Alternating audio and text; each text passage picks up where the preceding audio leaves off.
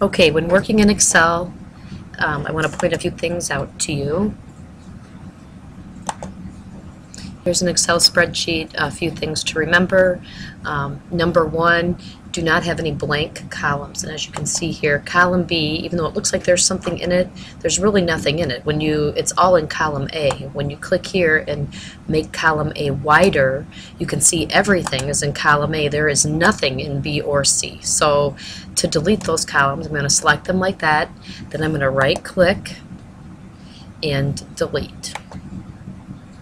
The next thing, okay, you need to determine unit cost. So I'm reading the directions for this assignment. This is assessment 1, and it looks like return airfare to and from LAX is $588.15. Okay, the unit, that's for one person. The unit cost for one hotel stay, according to the directions, is $76.20. And the daily expense allowance is $27. Now, quantity, that's the number that we're going to purchase for each one. Unit cost, obviously, that's a dollar amount. So I'm going to select those. And I am going to come up here in my Home tab, and I'm going to click the dollar sign. That'll make them all have 2 decimal places and a dollar sign. If you want to ever adjust decimals, you just use these 2 buttons up here, decrease and increase. Okay, number of days, obviously that should be a whole number, that's number of days. And now we need to make a calculation. We need to calculate the cost.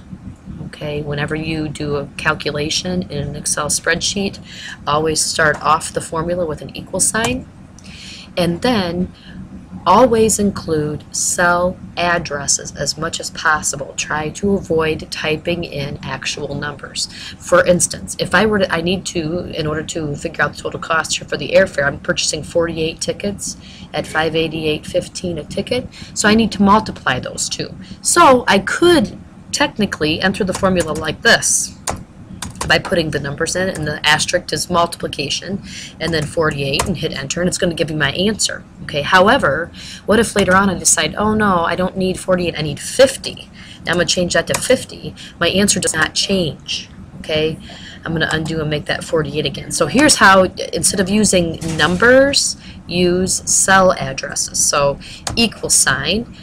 I'm going to point and click on the first number I want to use in the calculation. Then asterisk for multiply, then I'm going to point and click on the second number I'm using in the calculation, and now my formula is complete. So I'm just going to hit enter on the keyboard, and now there's my dollar amounts, the same as I had before. But now watch, if I want to change the quantity to 50, now my answer changes, which is why we use Excel. So I'm going to undo and make that 48 again. Now to find the hotel stay, well, I need 24 rooms at $76.20 a room for 52 days. So again, equal sign, times, and enter. And now the next formula that I want here is identical to this one, because we're going to multiply those 3 again. So I'm just going to point here in the lower right corner of the cell. When my pointer is a black plus sign, I'm going to click and drag it down, and that copies it. And I can look here, click there, and look up here in the formula bar, and I can click here and look up here in the formula bar and see that they have changed. Okay, now I need to add, I need to find the total, I need to add this column. Okay, now I could do this, equal sign, this, plus this, plus this, and hit enter, and I would get the right answer. However, I never ever ever want to use I never want to do it this way for cells that are adjacent, cells that are right next to each other. Okay, I would do this for cells that are non-adjacent. For instance, if I wanted to add B6, C7, and B8.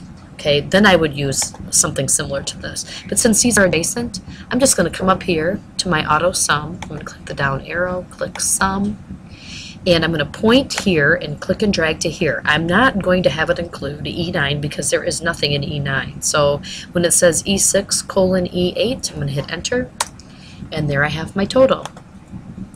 Now, the last thing I'm going to do, and for all spreadsheets you should do this, is merge and center your title. So I can see in this spreadsheet that my spreadsheet has information in columns A, B, C, D, and E, but nothing in F. It stops at E. So for each row, I'm going to click and go over just one row at a time, A1 to E1, and in the Home tab, I'm going to click Merge and Center.